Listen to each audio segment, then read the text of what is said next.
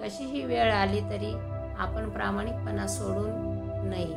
शेवटी विजय प्रामाणिक माणसाचा होतो। समोरच्याने आपल्यावर ठेवलेला विश्वास हीच आपली खरी कमाई आहे आणि तो विश्वास कायम निभावणे हीच आपली जबाबदारी आहे।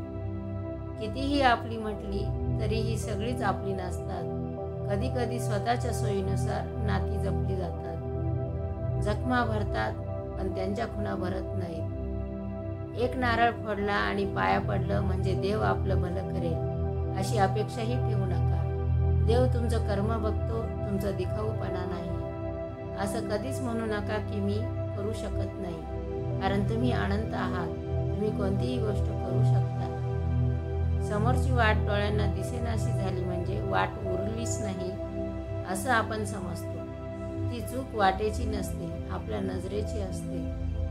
वाईट अनेकदा वर्चस्व गाजवते पण कधीच जिंकत नसते। आयुष्य हे एकेरी मार्गासारखे आहे, मागे वळून पाहू शकतो पण मागे जाता येत नाही। म्हणून प्रत्येक क्षण आनंदात जगा। अनुभव हा आपला सर्वोत्तम शिक्षक आहे। जोपर्यंत जीवन आहे तोपर्यंत शिकत राहा।